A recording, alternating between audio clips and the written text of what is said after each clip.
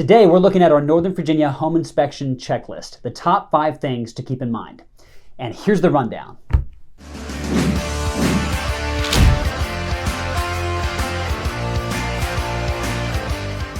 Hey everyone, I'm Darren Robertson, realtor in Northern Virginia with Robertson Residential Group.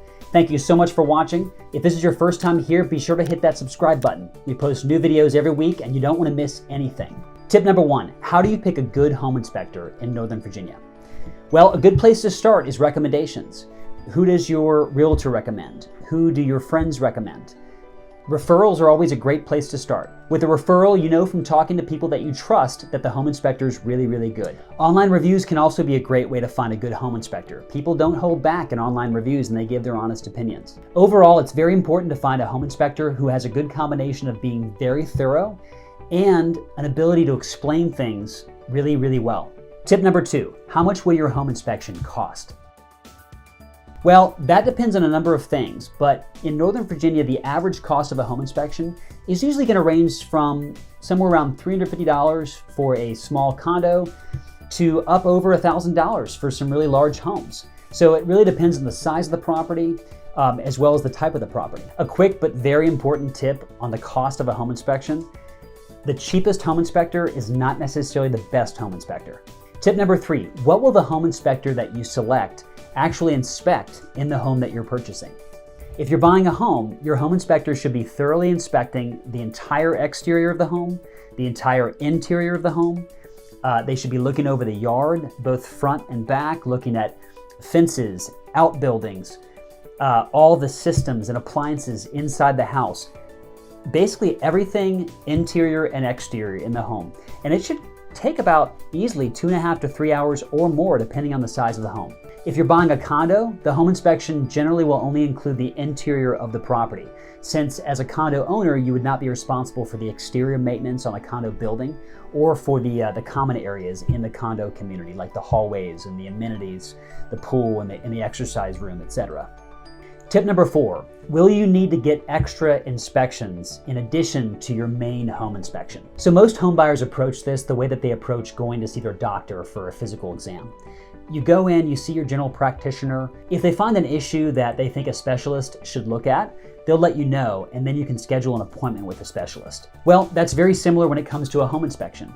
If a home inspector spots an issue that they really think a specialist should look at, and they're not able to fully judge what's going on based on their own inspection, they'll let you know, and then you can schedule another inspection with an actual specialist for that field. So an example would be a home inspector who spots an issue with the foundation on a property, and they're concerned that it could be a significant structural issue. Well, you can go ahead and schedule an appointment with a structural engineer at that point. During your home inspection period in a Northern Virginia purchase contract, you're able to get as many inspections as you'd like to do. So it's important to do your full due diligence on the property. Of course, keep in mind, if you order additional inspections, you'll pay for each of those inspections. So the cost can really add up if you're doing multiple inspections. Tip number 5, what should you expect from the home inspection and afterwards? Most homes, no matter how good they look on the outside and inside, will have a decent number of things that come up in the home inspection. So even when you're looking at a nicely remodeled property, for instance, and you think, wow, this place is in great shape. Well, it's common for easily 20 to 30 plus items to come up in the home inspection.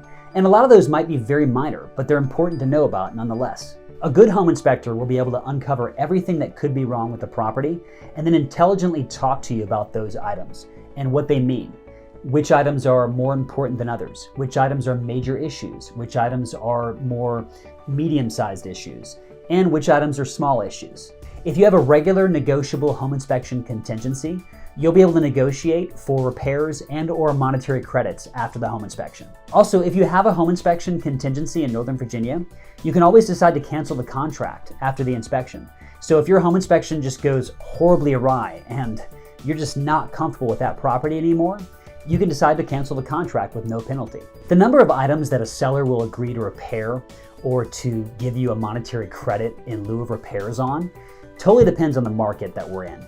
So if we're in a hyper seller's market, sellers just usually don't feel the need to agree to a lot of repairs or to a lot of money. But if we're in a more balanced market it's more common to find sellers agreeing to take care of more items. So now you have your Northern Virginia home inspection checklist. Thank you so much for watching. If this is your first time here, be sure to hit that subscribe button. We post new videos every week and you don't want to miss anything. If you'd like to learn more specifics about the cost of a home inspection in Northern Virginia, you can check out this video right here, which covers the average cost of home inspections in Northern Virginia.